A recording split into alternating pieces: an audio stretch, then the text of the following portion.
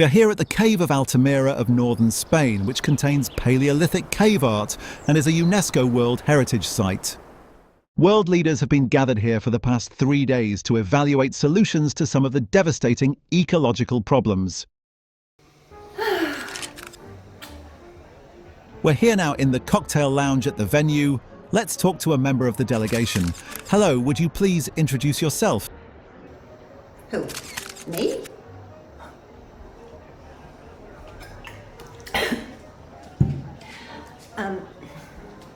Is my nose clean? Oh, fuck it. Hello. My name is Dolores, but you can call me Dolly. Hello, Dolly. What's your affiliation here and what country do you represent? Brooklyn Heights. So, the United States. My cousin Harvey knows a lot of very important people, and he kind of, finagled me in here, if you know what I mean. I see. Okay, can you tell us something about the venue? Yes. Altamira was chosen because of this severe heat wave. And they built a gigantic conference hall right in the middle of the cave, and they laid tracks to transport the world leaders to the venue. So each delegate had their own little trolley car with their flag of their country painted on the side. It was absolutely adorable. Kind of like the World's Fair, if you're old enough to remember that. There is so much hot air, and no one seems to care. It's a cold world after all. It's a cold world after all. It's a Bonjour, cold Dolly. world. Oh, cuckoo, Emmanuel. Hey, Merci. Deutsch gut. Oh, Donald planned to attend, but he declined when they refused to change the name from Altamira to Trump Cave. Anyway, so all of the trolley cars were lined up in alphabetical order, and then I was placed way in the back, somewhere in between Zambia and Zimbabwe. And by the time we reached the buffet, all the food had been devoured by the A to Y countries. So all that was left were a couple of seahorse dumplings, a little spoonful of penguin pate, and one Rocky Mountain oyster. Oh, and how did the negotiations go? Oh, Were there any agreements reached? well, regarding the protection of animals, all the delegates agreed that, most of the animals in danger of, extinction are weird creatures that no one's ever heard about anyway.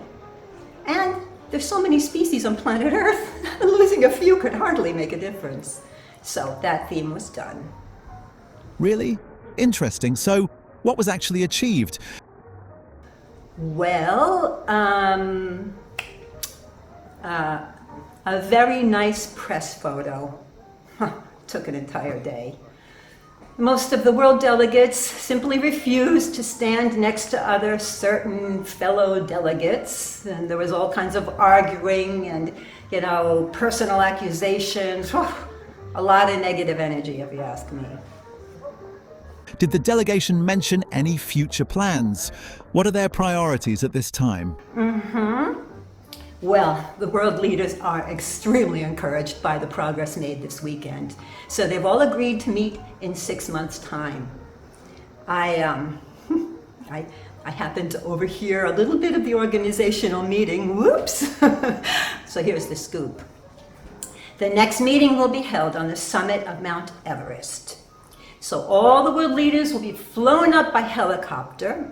Of course, it'll have to be flattened down completely, like knock off the peak to make room for the venue and heliport.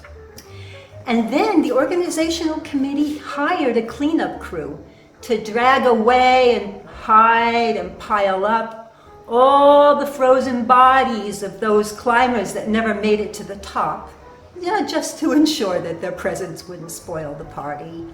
Of course, after the event is over, all of them will be returned to their original positions.